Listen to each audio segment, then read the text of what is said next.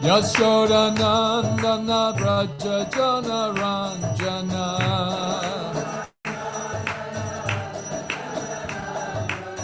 Yashoda Nandana Braja Jana Ranjana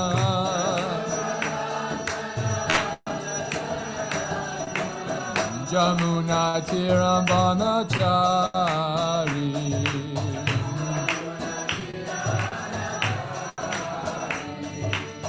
Jaya Radha Madhava Kunja Bihari Gopi Janna Bala Bhagiri Bharadhari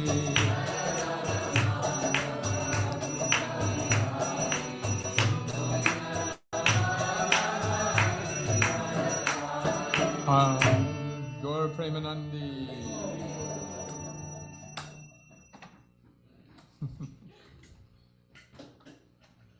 Om Namo Bhagavate Vasudevaya. Om Namo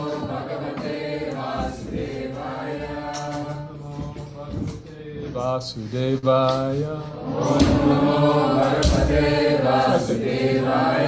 Om Namo Bhagavate Vasudevaya. Om Namo Bhagavate Vasudevaya. Narayanam Namaskritya. Naram Chaiva Narottamam Devim Saraswatam Vyasam Tito Jayam Utiraye Nasta Praishvabhadreshu Nityam Bhagavata Sevaya Bhagavati Uttamasloke Bhaktir Bhavati Naishtuki. This morning we're reading chapter 16, beginning chapter 16 of the first canto. And this chapter is subsequent to the Pandavas retiring timely. Now the Pandavas have stepped out of the scene, so Maharaj Parikshit is in charge of the kingdom. And this chapter is entitled, How Parikshit Received the Age of Kali. So, Nitai, do you have that? Okay, Nitai is the busiest man in Gainesville this morning. Yes. Steady. How often does a Hare Krishna nerd get a round of applause? Okay, so this is poetic summary of the 16 slokas we're going to read, and then we'll study number 16 in depth. So Vishnu Rata is also a name of King Parikshit, one who saw Vishnu in the womb, favored by Vishnu. When Vishnu Rata took the throne, he firmly set his mind to follow the example of King Pandu's royal line. Directed by the saintly priests, the great devoted soul presided well and wisely, as the sages had foretold. Remember where did they foretell about his ruling? Anyone remember this? You read it recently?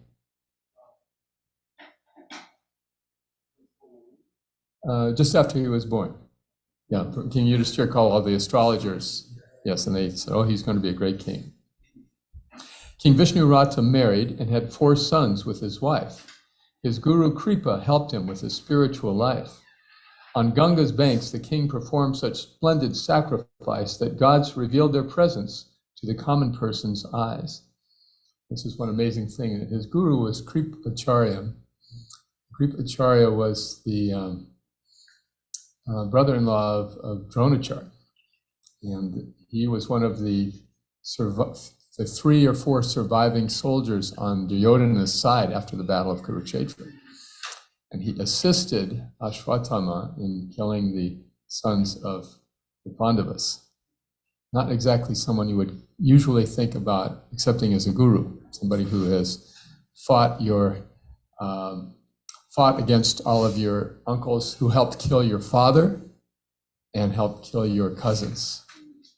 And yet, this was the amazing ethics that they observed in the etiquette, because he was an elderly Brahmin, a respected Brahmin, people would take sides in the battle by various circumstances, but at night they would get together and just be friends. And so he was able to accept Prabhacharya as his guru. Amazing, huh? One day, when Vishnurata toured to scrutinize his lands, he saw a rogue dressed as a king with bludgeon in his hand. This Kali age personified was beating bull and cow. King Vishnurata punished him, for this was not allowed. As Sutta told these stories, this is Vyasadeva speaking, narrator. So, as Sutta told these stories in consecutive narration, the sages sat in perfect silence, wrapped in concentration. The news of beaten cows, however, stirred the silent crowd, so Shonaka, their spokesman, promptly stood and said aloud. This happens only a very few times in the first canto, I think something like 19 times or less. The sages stop and ask questions and interrupt the narration. So they just heard the cow was beaten? Wait a minute, stop. What happened? So Sutta, as is always the standard in Srimad Bhagavatam, Shonaka rather, begins with offering prayers and appreciation for his teacher. Dear Sutta, thank you very much for speaking in this way. The god of death, Lord Yamaraj, has even come today to hear these talks of Krishna, for he understands their worth. The listener will also die, but then has no more birth. Your Krishna talk is honey sweet and endlessly sublime. What is the use of hearing news that simply wastes one's time? A fool cares not for Krishna talk and spends his time instead all day pursuing money and all night enjoying bed. We want to know why Vishnurata did not kill the man who bludgeoned helpless cows and bulls. It's hard to understand. Was not the scoundrel killed at once for such a dreadful sin? As this relates to Krishna, Sutta, kindly speak again. So Sutta said, as Vishnurata studied, he could tell that Kali age was infiltrating, raising social hell.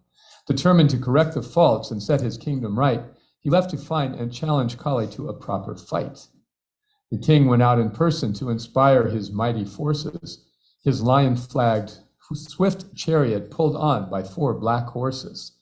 His fearless soldiers marched or rode on elephants with jewels and subjugated distant lands to Vishnurata's rule.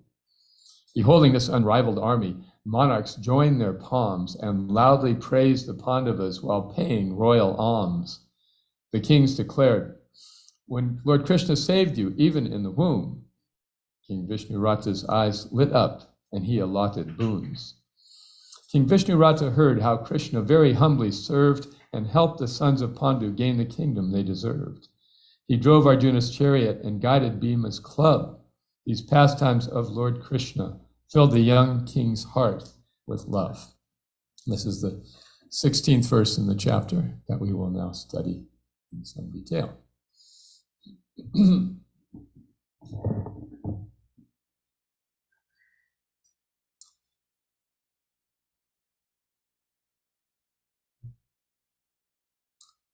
Is this Brahma Smriti? Saratya para sadasevana sakya dautya. Saratya para sadasevana sakya dautya. Virasana nugamana savana pranamam. Virasana nugamana savana pranamam. Snigdeshu pandushu jagat pranatim cha Vishnu. Snigdeshu pandushu jagat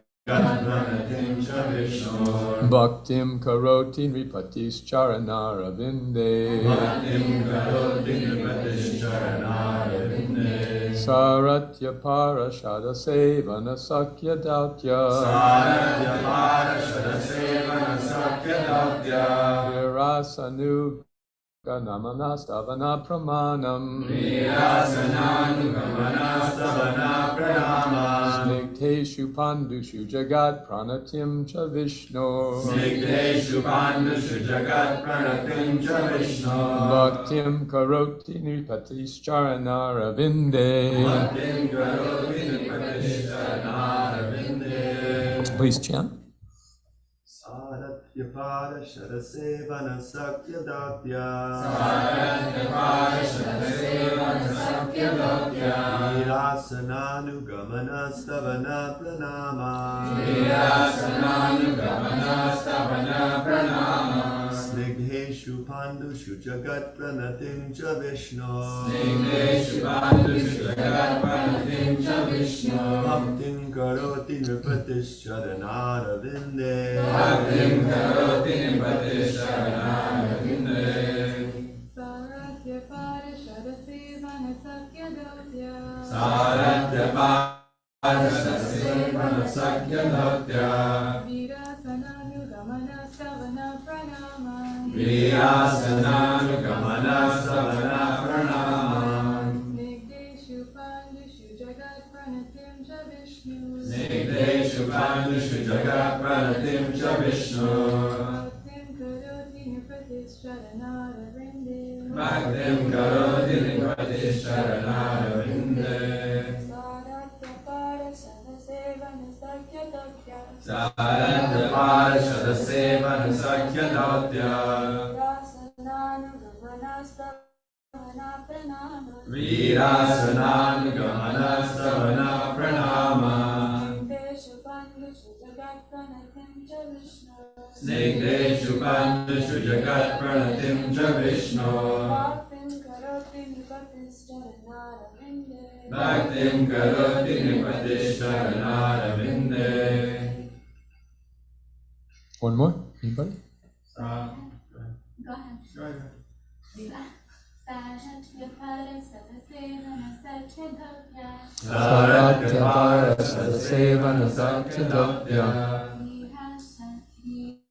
Virasananu Stavana Pranama Virasananu Stavana Pranama Snigdheshu Pandushu Jagat Pranatim Cha Vishnu Snigdheshu Pandushu Jagat Pranatim Cha Vishnu Bhaktim Karoti Nripatischaranara Vinde Bhaktim Karoti Nripatischaranara Vinde. Synonyms together, please. Saratya, acceptance of the post of chariot driver. Parasada, acceptance of the presidency of the assembly and Rajasuya sacrifice. Sevana, engaging the mind constantly in the service of the Lord. Sakya, to think of the Lord as a friend. Dautya, acceptance of the post of a messenger. Vira asana, acceptance of the post of a watchman with drawn sword at night. Anugamana, footsteps. Coming prayers. Pranamam, offering obeisances. Snigdheshu, unto them who are malleable to the will of the Lord. Pandushu, unto the sons of Pandu. Jagat, the universal. Pranatim, one who is obeyed. Cha, and Vishnu, of Vishnu. Bhaktim, devotion. Karoti, does. Nripati, the king. Pranarabinde, unto his lotus feet. Translation together. Maharaj Parikshit, with mercy, Lord Krishna, Vishnu, who is universally obeyed, did all kinds of service to the malleable sons of Pandu by accepting posts ranging from chariot driver to president to messenger, friend, night watchman, etc., according to the will of the Pandavas. Obeying them like a servant and offering obeisances like one younger in years. When he heard this, Maharaj Parikshit became overwhelmed with devotion to the lotus feet. Who would like to read the purport? Short purport here. Max. All right. Fire it up. Lord Krishna is everything to the unalloyed devotees like the Pandavas. The Lord was for them the Supreme Lord, the spiritual master, the worshipable deity, the guide, and the chariot driver, the friend, the servant, the messenger, and everything they could conceive of. And thus the Lord also reciprocated the feelings of the Pandavas. Maharaja Parikshit, as a pure devotee of the Lord, could appreciate the Lord's transcendental reciprocation of the feelings of his devotees, and thus he himself also was overwhelmed with the dealings of the Lord. Simply by appreciating the dealings of the Lord with his pure devotees, one can attain salvation. The Lord's dealings with his devotees appear to be ordinary human dealings, but But one who knows them in truth becomes at once eligible to go back home, back to Godhead. The Pandavas were so malleable to the will of the Lord that they could sacrifice any amount of energy for the service of the Lord, and by such unalloyed determination, they could secure the Lord's mercy in any shape they desired. Oh, you Bhagavad Gita scholars out there, what is the verse in the Bhagavad Gita that capsulizes what is being said in this verse? Not quite. Right chapter, but wrong verse. Where Krishna reciprocates according to Yeyatam mam prapadyante tam stataiva bhajamyaham manuvartante parta sarvashaha. Yeah, thank you. Now we have, yes, so we have Prabhupada Priya with us, so we are saved with all slokas. Yes, as they surrender to me, Krishna says, I reward them accordingly. So it's already 9 o'clock. I think we have to call for questions now. Late breakfast. Okay, all right. Yes, Krishna was willing to serve as the messenger, as the night watchman, and most notably as a charioteer of Arjuna. Think about this role of the charioteer as like an Uber driver. You know, it's a respectable position, but it's somebody like you would just send out, you know, so you don't expect that a highly qualified person is going to come. Somebody who's doing a simple job, a little part-time job, a little extra money. This is just a humble position. So Krishna was taking this position for Arjuna. And this was so amazing to one Brahmin in South India that Lord Chaitanya met, that this Brahmin was in tears just thinking about how Krishna was driving Arjuna's chariot, even though he could not read the Bhagavad Gita. He's illiterate Brahmin. So it was so moving. And Krishna would do such a humble service. Our idea of God is generally one of awe and reverence. So here we're looking at God in a much more intimate way, where he comes and does the bidding of his devotees. People who do the bidding of others are usually employees, servants. You know, Shruti was telling me that in his family household, his father got a servant to help put on Shruti's shoes. 16 or so, yeah. Yes, and it's true. It's a pain in the neck to put on a 2 or 3 year old kid's shoes. You know, it slows things right down. So the point is, it's a humble position. Srila Prabhupada writes about in the Varnashram system that one who accepts employment is in the position of a Shudra. Shudra is the working class. All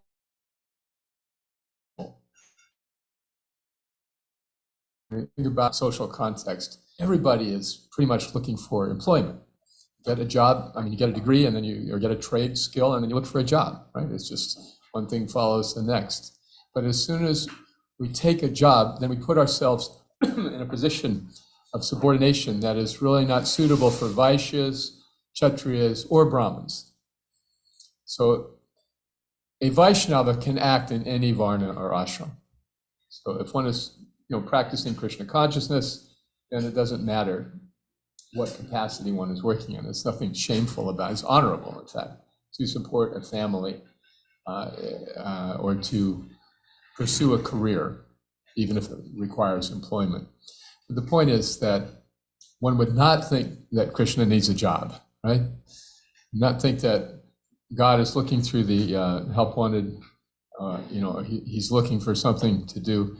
He has so much going on, and yet when he is requested by his intimate devotees, he'll take even a very servile position. Did you ever hear of this? Those of us who were raised in Christianity, did you ever hear of God in this capacity?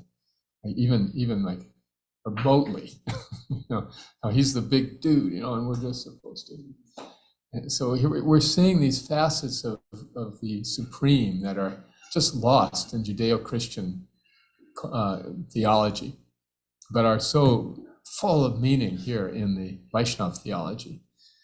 This is why it is a continuum of God consciousness from basic Shantarasa, awe and reverence, all the way up to the higher relationships with God, where he becomes subordinate to his devotees.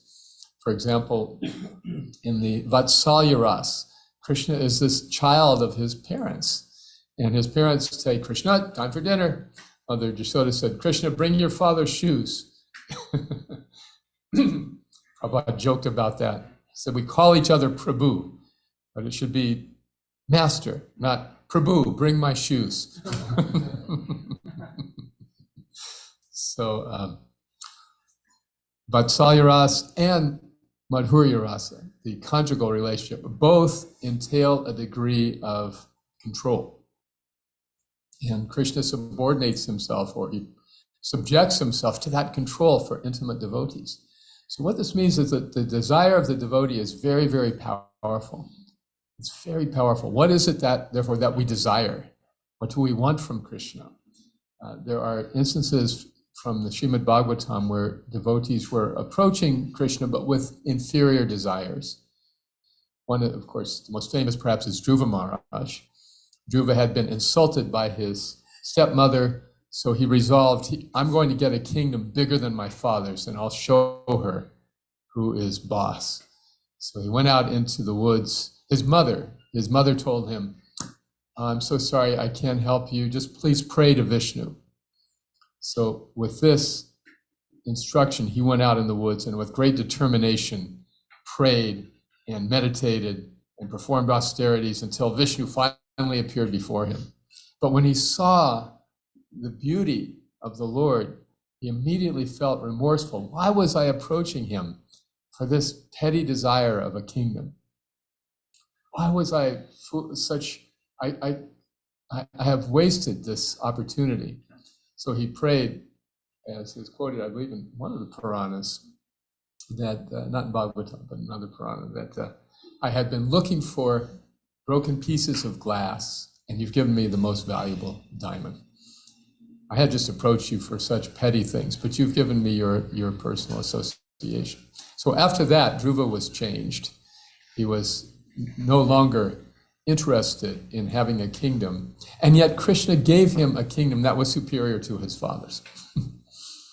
And so Krishna can fulfill our material desires like that. It's nothing, it's nothing for him to take care of whatever it is we may see. So why should we bother asking him? You remember the joke, the man says to God, God, what is eternity to you? Eternity is but a moment. And God, what is $1 million to you? To me, $1 million is but a penny. God, may I have a penny? In a moment.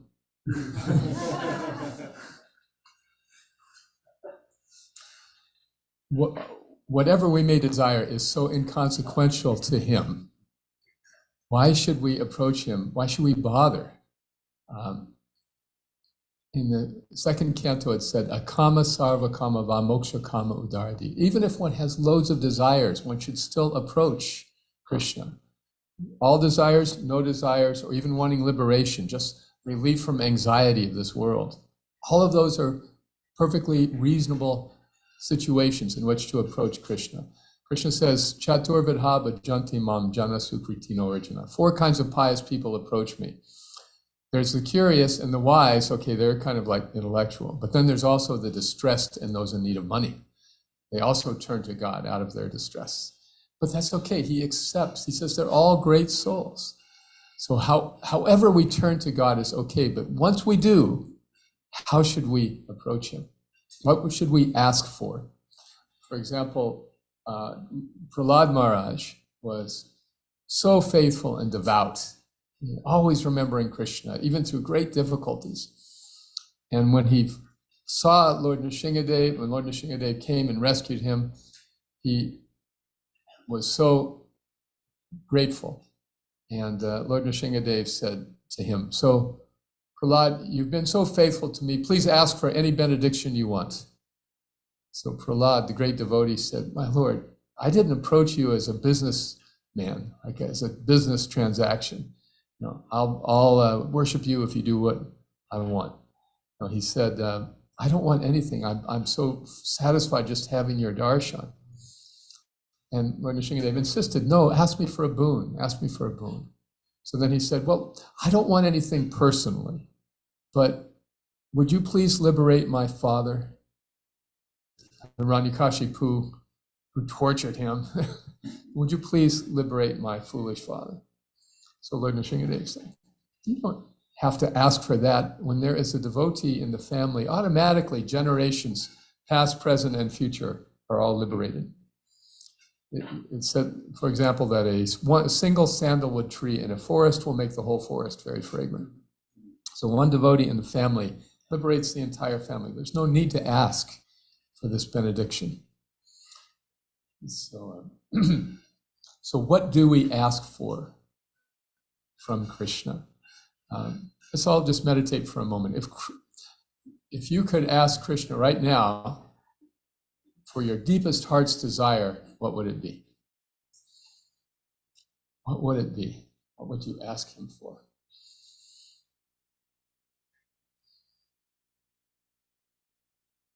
Would anyone like to share? Hey, Gopi?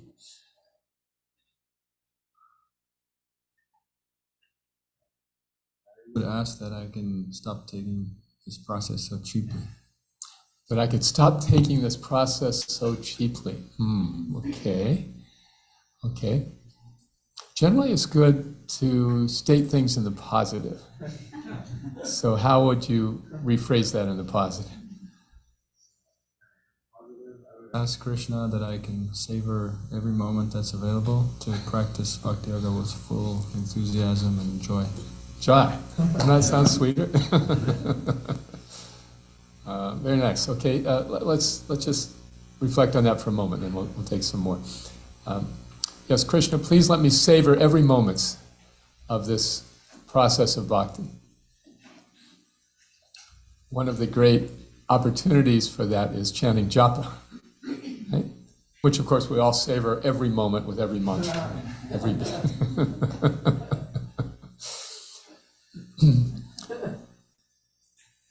Krishna reciprocates, right? So if we are not paying attention to Krishna while we're chanting japa, what is Krishna doing with us? Not paying attention to us either, right? Not because he's indifferent, it's because he's reciprocal. This is what we want. Yeah, Krishna, I want to move the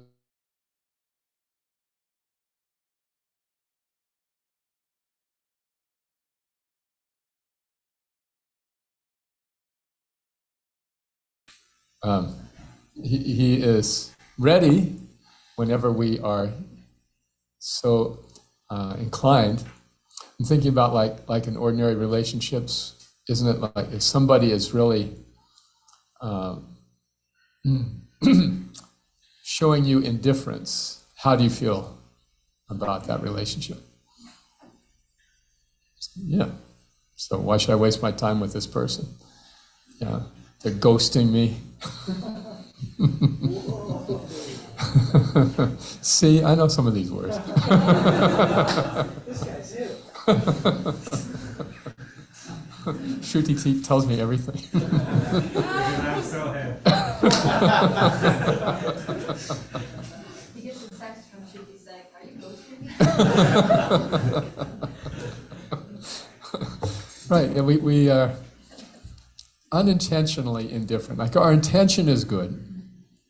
Sitting down to chant japa is an exalted practice of yoga. If somebody comes to that stage in Kali Yuga, they are just a Mahatma, even for being willing to do it. We see how hard it is, right?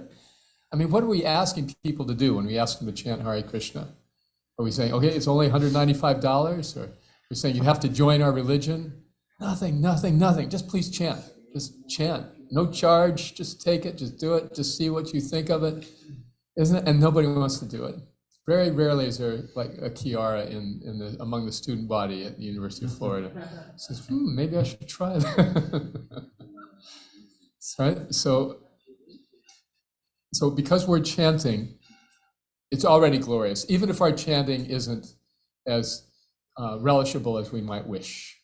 But the point is that when we are chanting, this is a wonderful desire to be expressing to Krishna.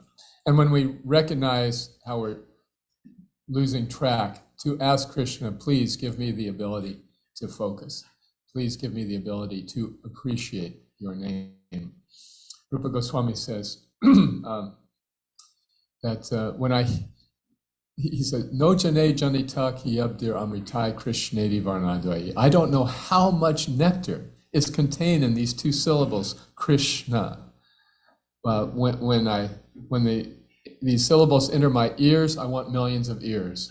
When I'm reciting these syllables on my tongue, I want millions of tongues. And what is it? Chaita prangini sarvani vijayate sarvindriyanam kritam. When the holy name dances in the courtyard of my heart, the activities of the mind become conquered. And thus all the senses become inert.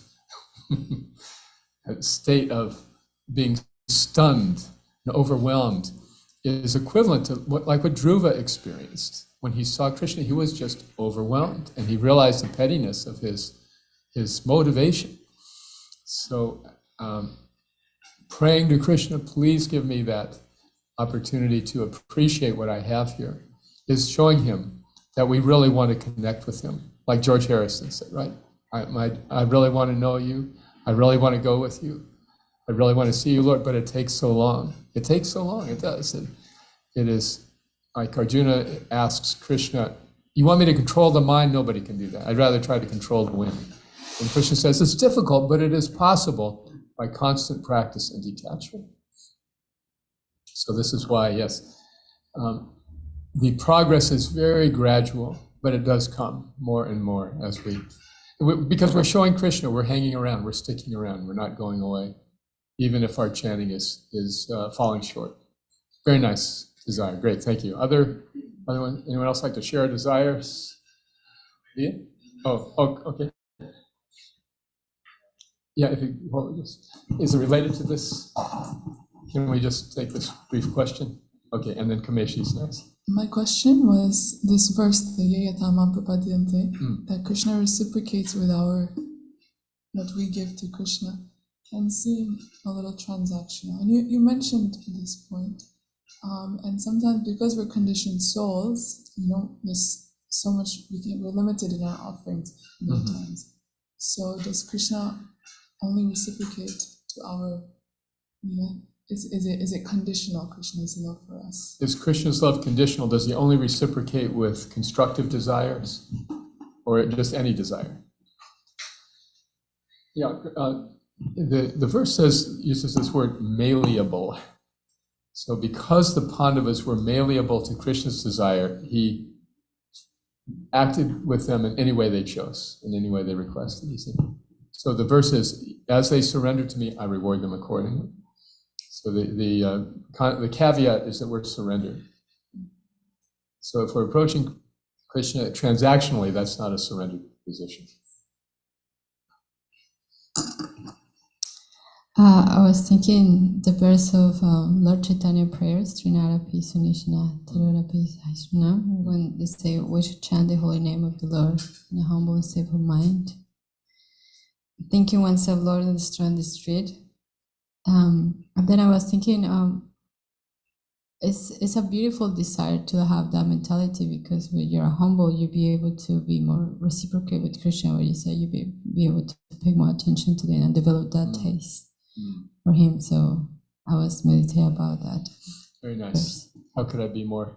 Krishna, please help me be more humble. And to be humble doesn't mean thinking less of ourselves, but thinking of ourselves less. To be less self-conscious, to be more conscious of Krishna. And to be less self-conscious really means I'm just accepting myself as I am. So therefore, I don't have to put a lot of energy into trying to be something. Here I am, Krishna, and you're so wonderful. That's humility. Good. Okay, thank you. Via, you have it. I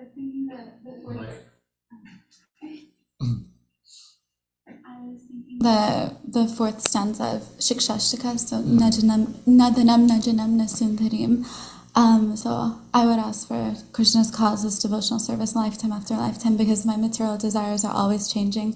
And so many times I think I want something, and I'm so sure, and I'm like, Krishna, if I don't get my way, then I'm just going to stay mad at you, or whatever it is. And then I get what I want. And I realized it was, not what I wanted, because I don't know myself as well as he does. So.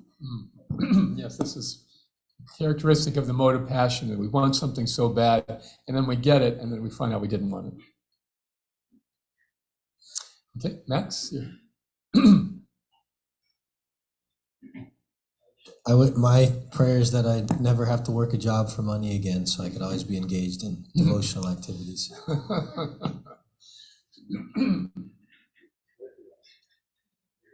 Okay. So your prayer is that you can give more energy exclusively to Krishna. It reminds me of Satsarup Maharaj, who was one of the few employed devotees on 26 Second Avenue, the first temple Srila Prabhupada established. And he was seeing that the other boys who were unemployed could hang out with Swamiji all day. And he was going to his job at the welfare office. And then he was giving his whole paycheck to Srila Prabhupada. So he came back one day and said, Swamiji, I quit my job so I can spend more time with you. And Prabhupada said, why have you done that? You're doing very nice service. So he went back and was reinstated. So the point is that Krishna may or may not want us to engage in particular ways. So rather than be specific about any particular engagement, to pray in general, Krishna, I want to please you according to the way you want me to serve. I'm suggesting that might be a safer prayer, because Krishna has this peculiar way, doesn't he?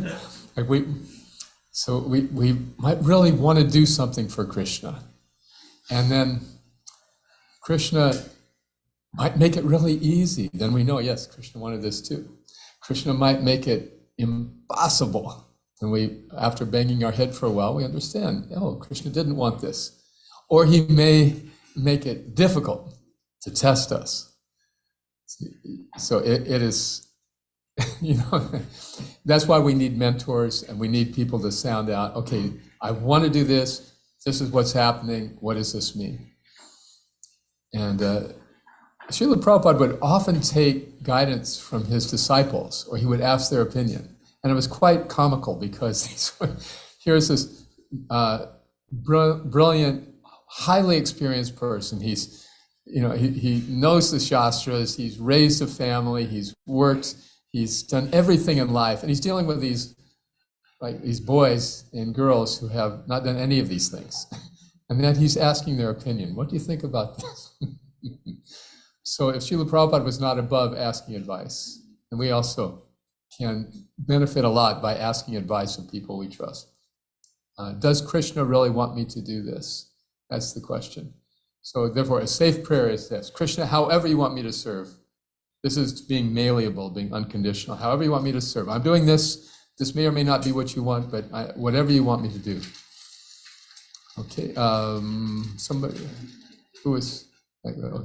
Bruce. Okay, Bruce, what is your deepest heartfelt desire for serving Krishna? So I've been praying and asking Krishna to help me fall in love with the Krishna conscious community, and help me feel accepted and welcome me in. So I'm sorry, that's just not going to be possible. Yes, King. Does anyone have any objection to Bruce becoming a beloved member of the Krishna House community? Going once, going twice? Oh, it's going to be hard. It's going to be hard. It's going to be hard to let him go. That's a very nice desire, though. Yes, because that's one of the beauties of the Krishna House philosophy. Young people need facilities, need somewhere to live, they need meals, they need friendship, they need challenge, they need stimulation. So all of these things can be done in Krishna consciousness. And it's wonderful that you're here giving it a test drive. No, I don't think you need to worry about that prayer being fulfilled. It gets answered every day. Right. Thank you very much. Okay, anyone else like John?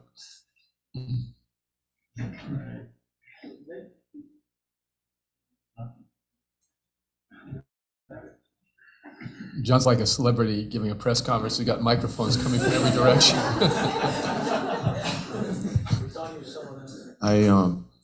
The deepest prayer that I ever said was, Lord, get me out of here. And I meant the material world. And he responded. And that's why in the song we sing in the morning, O Dharma, O Vishnu, O Lord beyond compare, save me from the ocean of despair. That is literally my deepest prayer, because I want to get out of here, off this planet. Okay, now that's a really interesting point, because we could say on the one hand that we should not even desire liberation. We'll stay birth after birth. Krishna, just engage me in your service, birth after birth, or prasadam room after prasadam room, whatever. But to have the desire, Krishna, I really want to make this my last birth. Please engage me. Please show me how to come to that stage. Is that a selfish desire? Is that inferior to saying, I'll just stay and serve birth after birth? To say that we want to serve birth after birth is only possible how? To say it from the heart is only possible how? What? If we're enjoying our service so much that it really doesn't matter. Narayana Paraksarve Nakuchaschana Bibiti. Heaven or hell doesn't make any difference to me, I guess, as long as I can serve. That's an exalted platform. We can't imitate that. But, so therefore, it is fine to pray, Krishna, please help me make this my last birth. Because all of that implies that I'm going to take Krishna consciousness very seriously. I'm going to look for the joy that will enable me to stay my whole life in Krishna consciousness. So yes, it is a very suitable prayer for most of us in this lifetime. Okay, Chanaki?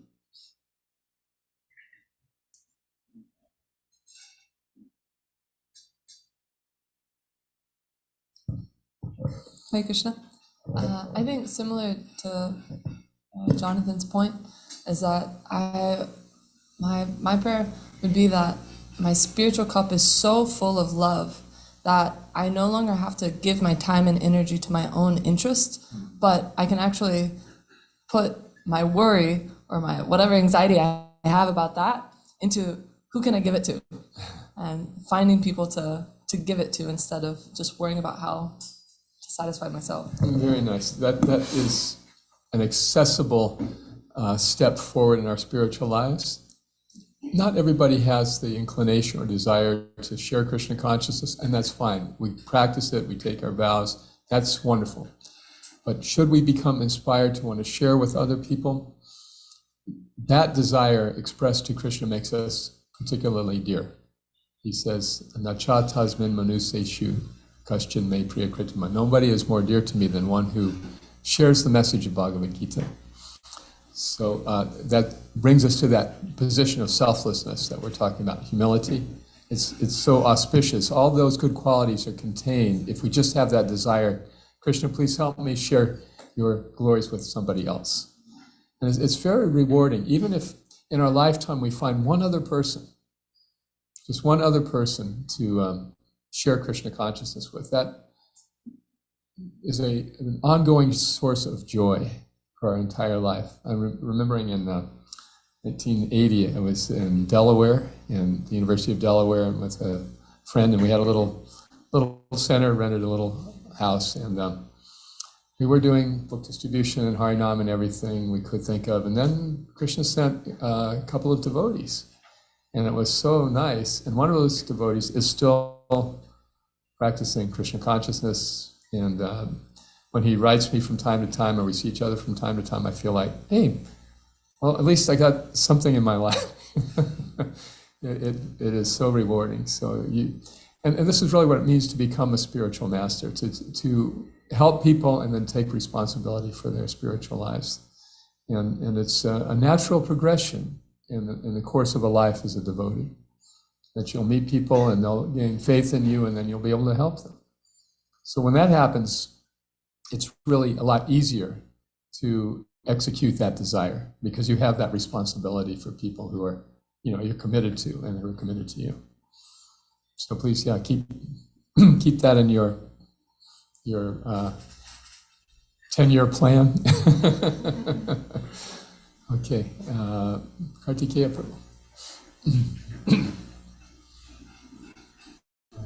Is that I can stay in the association of devotees, and then I think everything else will work itself out. Yes, that's very good. When we become offensive to devotees, then Krishna makes other things look nice, and because he doesn't really care for offensive people in the association of devotees. So yes, Krishna, and what are those offenses? If we hold a grudge against a devotee, that's really bad. It contaminates our consciousness. So we have to learn to let those things go. Forgive and forget. Otherwise, how can we live? If we just do that, Krishna will always allow us to stay in the association of devotees. Even if somebody apparently hurts us or disses us or in some way disappoints us. So this person is chanting, they're glorious, even if they may have some shortcoming. Listen to this wonderful seminar by Mother Urmila, and it's